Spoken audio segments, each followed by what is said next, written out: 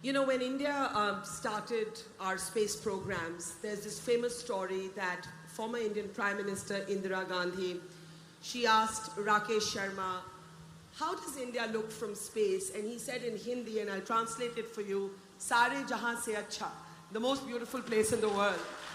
I would be remiss if I didn't ask you to tell me, as somebody who has Indian roots, your father was from India, how did India look from space? India is one of the prettiest places on Earth. I agree. I absolutely agree. It is beautiful because of the vast changes in the terrain and the structure of this area. Obviously, the Himalayas are just incredible, and coming all the way down to the tip of India and seeing how it aligns with Sri Lanka. Just amazing, beautiful place. But I will say that my trips to space has made me want to go all over the world, because there are amazing, beautiful places, and not only land masses, but parts of the ocean, which are just incredible, and we should all be able to have an opportunity to go see these places and share our experiences, and then I think we'll feel a little bit more, even more strongly, that we are one people, and we are one planet. We're all connected through the oceans, through the air. This is the same. I jump in the ocean here, my sister probably can feel it off the coast of the United States as she's in the ocean. So it's all the same, and it's incredibly beautiful for different perspectives. If I had a bad day and I saw the Caribbean with this blue color, which was like bright blue, I mean, just put a smile on your face. If you have a bad day and you fly over the Himalayas and you see this beautiful white peaks, it'll just put a smile on your face. Yeah. This is an incredible planet, and we all need to recognize that. But you know, you've spoken very movingly about how the human instinct is to look for home. In all travelers have always looked back as they explored the world at home. And for you, home is three places. It's Slovenia, where your mother is from, it's India, where your father is from, and of course it's America, which is your country now. Describe the sense of how these three homes felt to you from space. Oh, absolutely. You hit the nail on the head. It is three homes, right? But I also felt, initially I wanted to look for those three homes. Initially I wanted to find exactly where, my father was from, or the beach that he was on the coast of Gujarat there, or where my sister lives, where my first mission, where my dog was staying. So I was trying to see what they were feeding him too much, and he was getting a little plump, but joking. But I wanted to also see, other parts of the world. I mean, all of a sudden, you change from just where home is until this is our home. The whole planet is our home. And I feel like I'm being a little bit redundant, but the parts that are just incredible is we all need to just recognize that. And, not only just those places where those cities are, where those people are, but where the oceans go together, or where ice forms, or where there's swirls in the ocean because of the formations of the ice and the currents. And it really does come true. You can absolutely see how it's all connected.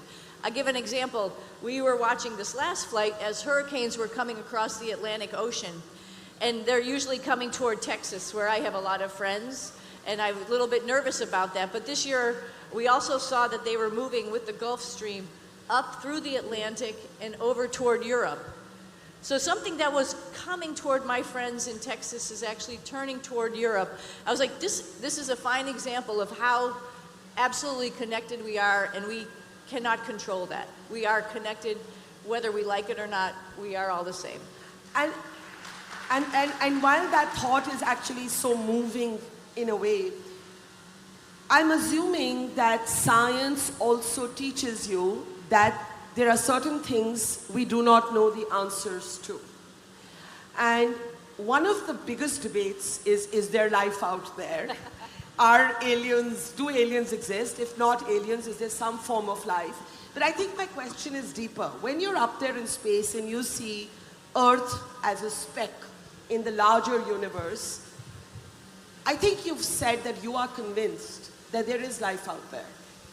Can you talk about that? Yeah, I think absolutely. I mean, when you think about how many stars there are when you look out, and you know, here on Earth we are we miss a little bit. It's like somebody took an eraser and sort of erased the sky a little bit. We see the brightest stars, but we don't see the ones that are past the brightest stars. When you're in space, you're over our atmosphere, and you can actually see the billions and billions of stars that are out there.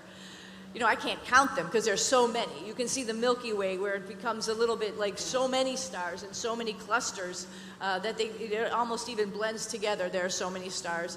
So I sit back and I think about our simple little small solar system.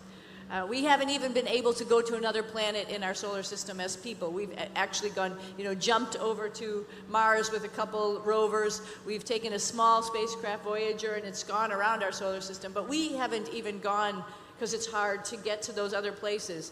And I think about all those planets and all all those stars and all the solar systems that they have. How could it not be that there's something else, some other combination of chemicals that allow some other planet to have an atmosphere, to have water? We already know that there's water out there in our solar system on different planets, so why wouldn't there be water on other planets? So, I mean, the odds of us being the only ones is crazy, and that's very, I think, almost arrogant for us to assume that we are the only thing. So I personally haven't seen anything. We were talking about this at breakfast. We're pretty close to the Earth in our orbit. I think there would be a very intelligent species to get close enough that we would see them. That was not the case while I was up in space, so I'm not saying that I saw any other type of life out there, but I think the odds of life being out there is absolutely, it has to be. Where is the intersection between science and spirituality? When you went up on your last mission, it was widely reported and followed here in India that you carried a copy of the Bhagavad Gita with you. Could you speak a little bit about what the Gita means to you, and where you know, it is assumed that those who are at the cutting edge of science and exploration are non-spiritual. But that's clearly not the case. And we've seen it even with our own space scientists here, that sometimes they'll have these little rituals that they believe in. Everybody will have their own belief systems. And I'm just wondering, what is yours? So, you know, I think a simple answer to that, because the Bhagavad Gita is very complicated. I will not say that I understand everything there. This is a reread for me. I have to really dive into it and try to understand it. But I will say, being in space, I think, emphasizes that portion of spirituality, if you have a little bit of a spark in it, if your mind is open to it, to really, really, really feel it. I think the point is, it is a miracle, right? You know, we are here, and I said the odds of another solar system and another planet having some life it has to be out there just because it's billions. But you think about ours right here, right now, this planet that we're living on, it's a miracle that we're all here. I mean, it really is.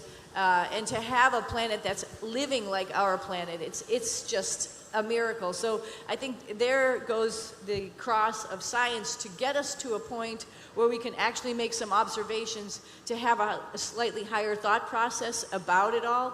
Of course, my father asked me immediately, you know, he was very spiritual. He was a neuroscientist, so he was very much into science. And he asked me, of course, what were my dreams? And did I feel like I was in some other place when I was up in space? And I was like, Dad, I dreamed about being in space. I dreamed about being home. I dreamed that, you know, we're in an amazing place in history, and we have the ability scientifically to get us to a place where we could make observations that one only could think about, you know, hundreds of years ago. So we're again, it's a miracle the way we have been able to move ourselves forward, as well as reflect on the spirituality that got us grounded together.